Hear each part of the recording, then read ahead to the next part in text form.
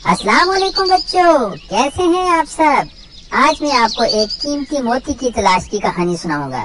ایک دفعہ کا ذکر ہے، کسی ملک کا ایک تاجر تجارت کی غرض سے بغداد پہنچا۔ ان دنوں تجارت کا یہ قانون تھا کہ تاجر جس ملک میں تجارت کرنے جاتا، سب سے پہلے وہاں کے بادشاہ سے ملاقات کرتا، اپنا سارا سامان تجارت دکھاتا اور اس کی خوبیوں اور انفرادیت سے آگاہ کرتا۔ چنانچہ اس تاجر کو بھی بغداد پہنچنے کے بعد بادشاہ کے دربار میں پیش کیا گیا۔ تاجر نے بادشاہ کے حضور تحائف پیش کیے اور پھر مال تجارت نکالا اور ایک ایک چیز کی خوبی بیان کرتے ہوئے دکھانے لگا۔ حضور، یہ پانی سے چلنے والی گھڑی ہے جو میں نے یونان سے خریدی ہے۔ یہ قالین ہے جو ایران سے خریدا ہے اور یہ خالص ریشم کے تار سے بنا ہوا ہے۔ یہ قلم ملاحظہ فرمائیے جو میں نے جاپان سے بہت مہنگے داموں خریدا ہے۔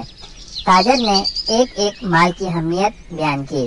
بادشاہ نے مسکراتے ہوئے کہا، بہت خوب، تمام چیزیں بہت عمدہ اور نایاب ہیں جو تم نے ایران، یونان اور جاپان سے خریدی ہیں، لیکن یہ تو بتاؤ کہ تمہیں ہندوستان میں ہمارے شایان شان کوئی چیز نظر نہ آئی؟ تاجر نے بادشاہ کو متاثر کرنے کے لیے کہا، بادشاہ سلامت، یوں تو وہاں پر آپ کے شایان شان بہت سی چیزیں تھیں، لیکن جو چیز مجھے پسند آئی اس کو حاصل کرنے کے لیے مجھے کچھ عرصہ وہاں قیام کرنا پڑتا، جبکہ میرے پاس صرف 2 دن کا وقت تھا، اس لیے میں وہ نہیں لا سکا۔ بادشاہ نے کہا، بھلا وہ کیا چیز تھی؟ تاجر بولا، جناب، وہ ایک موتی ہے اور اس کی خوبی یہ ہے کہ وہ دوسروں کو بانٹنے سے بڑھتا ہے، اس کو کوئی چرا بھی نہیں سکتا، اور اس موتی سے بہت سے زیور بھی بنا کر پہنے جا سکتے ہیں۔ بادشاہ تاجر کی اس بات سے بہت متاثر ہوا اور کہنے لگا، میں اسے ضرور حاصل کرنا چاہتا ہوں۔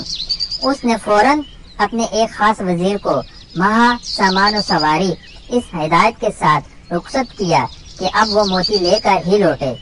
وزیر اپنے مقصد کے لیے نکل پڑا، جنگلوں، سمندروں، پہاڑوں اور صحراؤں، غرض کے ہر جگہ کی خاک چھان ماری، وادی وادی گھوما، ہر شخص سے اس نادر و نایاب موتی کے بارے میں پوچھا، مگر سب نے یہی کہا کہ ایسا کوئی موتی تو نہیں جو چوری ہو سکے اور اس سے بہت سے زیور بھی بن جائیں۔ لوگ اس کی بات سن کر ہنستے اور کہتے، مسافر پاگل ہو گیا ہے۔ یوں ہی مہینوں بیت گئے، ناامیدی کے سائے گہرے ہونے لگے، مگر بادشاہ کے سامنے ناکام لوٹنے کا خوف اس کو چین نہیں لینے دے رہا تھا۔ وزیر نے ہر ممکن کوشش کر لی کہ اسے کوئی ایسا موتی مل جائے، لیکن نہ ملا۔ آخرکار اس نے واپسی کا ارادہ کر لیا۔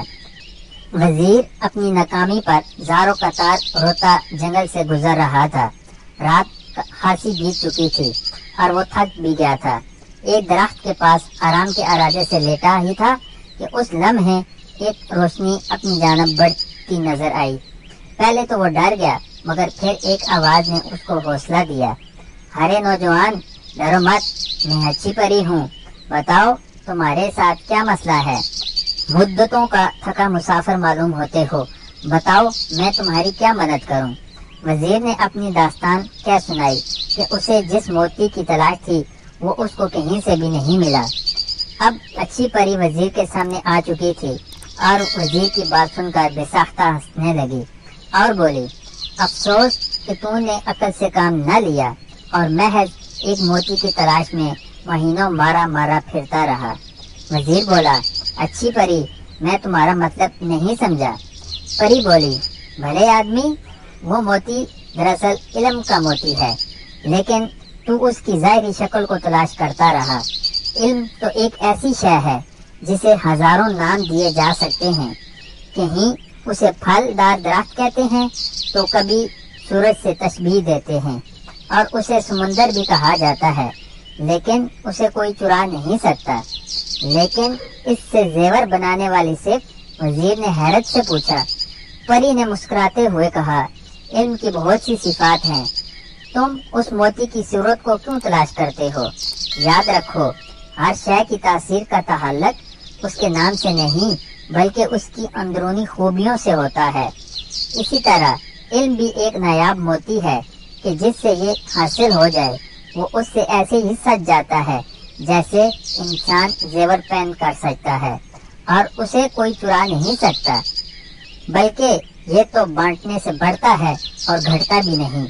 وزیر بڑے غور سے پری کی بات سن رہا تھا اور بالآخر قائل ہو گیا کہ واقعی علم ایک ایسا موتی ہے کہ جس کے پاس ہو وہ دراصل دنیا کے سب سے قیمتی زیور کا مالک بن جاتا ہے۔